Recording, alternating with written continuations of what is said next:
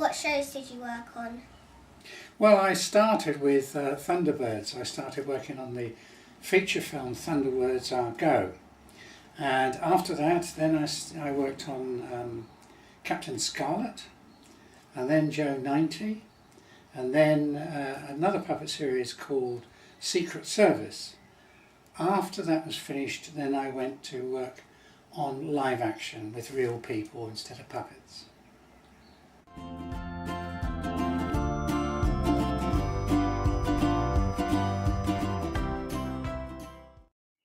What did you do?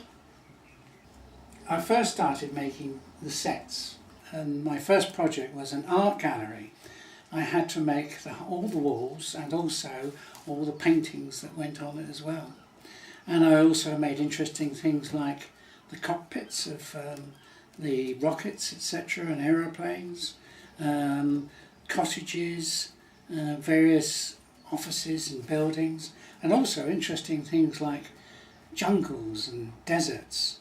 So it was a wide variety of things that we made. But then I graduated onto eventually becoming an assistant director. And an assistant director is somebody who basically tells everybody what to do, and he helps the man who's actually directing the film. How old were you? I think I was 22 when I started, and I think I was there for about 4 years. Yeah. Nearly everybody there was young, in as much as they were between the age of maybe 22 to 28 or 30. There were a few people that were older, but mostly we were all very young. Did you enjoy it? Oh, I enjoyed it immensely, and everybody else that worked there enjoyed it immensely. It was a wonderful opportunity and a wonderful and exciting job to do. And I was working with some very nice people, and it was just an exciting time of life. What did you do before you started working there? Well, I was able to start working there because beforehand I went to art college in Bournemouth, and I did a course for nearly 5 years, and I concentrated on sculpture and pottery. And because I had that experience, when I went to Century 21 and said, could you give me a job on Thunderbirds, because of my art experience, they eventually let me start. To start with, they said no, they didn't want anybody, but eventually I kept on asking and asking. They eventually said yes. Could you tell me something about the puppets? Well, what can I tell you about the puppets? The Thunderbirds puppets were not a normal human being's proportion. They made them with bigger heads than normal. And the reason for that partly was because they had to have the eyes working, and they had the mechanism for the mouths opening and closing, and they couldn't get that mechanism into a smaller head. But as time went by, when they eventually started Captain Scarlet was normal human proportions, and they had learnt how to make all the workings inside the head for the eyes and the mouths the right size, or to make them fit in. There were lots of different models of the same puppet. If you had, for instance, Lady Penelope, you would have her as a normal puppet, but if she's sitting in her car, then you don't see the bottom of her. So she's operated not by strings, but operated from underneath. And they had some with her having a cross expression and some with her having a happy expression. And that was the same for most of the major puppets.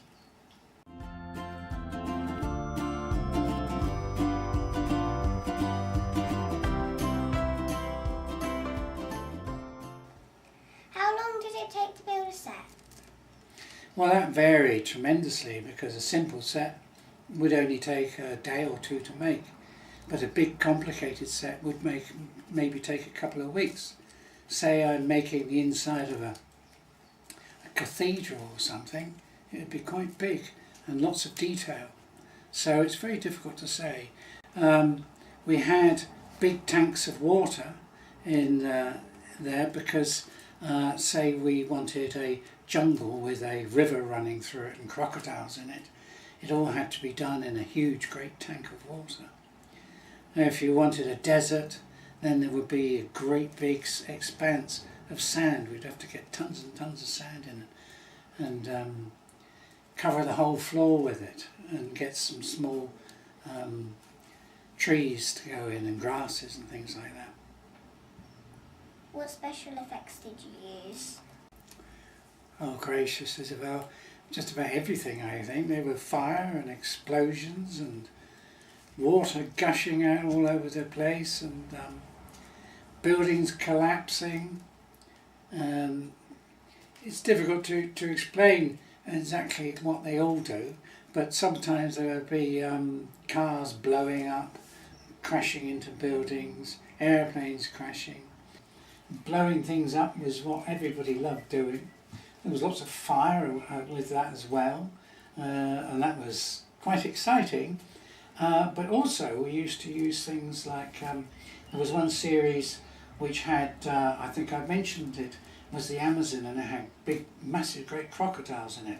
Well, they weren't that massive, but they looked very massive next to the puppets. So we had some real crocodiles which we borrowed from London Zoo. We also borrowed a great big rattlesnake from London Zoo, and that was really scary for everybody. And next to the puppets, it looks absolutely huge. And there was another program we did which had to have giant rats in, so we borrowed some rats from London Zoo, and of course they looked huge against the puppets. So we did all sorts of different things, and also some of these shots that we did had to look as though they were underwater, and so we had long, thin fish tanks with little fish swimming by. So we would film it through the fish tank so that the puppet the other side would look like it's underwater. So that's the sort of special effects that we did. Did you think your work would remain popular? No, I don't think any of us realised that it would last for 50 years and still be popular after that time. We all were just happy to do it, and we all thought we knew we were doing something special because it was so popular. We knew that it was watched all over the world. But because of the rather crude technology of puppets with strings, and we didn't think it would last that long because we knew that animation was getting better, but we had no idea at that time that animation could be as good as it is now. So the answer is no, we none of us had any idea. What was it like working with Gerry Anderson? He was a very nice man. He started the whole business. He encouraged new people, that's why they took me on. He didn't want long established people, and also puppets was brand new. There wasn't anybody else in the film industry who had experience with it. So he was very good at encouraging talent and very helpful. And he was an incredibly talented man. He wrote an awful lot of the scripts, and he actually directed quite a lot of the series. That was before I started that. What do you think of the new Thunderbirds Are Go? Well, I don't like them as much as the ones I worked on. I mean, we knew at the time that our technology was quite old-fashioned, puppets on strings, and something was bound to improve it because modern animation at the time was very, very good. But it just hasn't got the same feel to me. Because I worked on them, of course I prefer them. That was really interesting. Thank you, Geoff. Well, you're welcome, Isabel. It's been a pleasure. Thank you for your questions.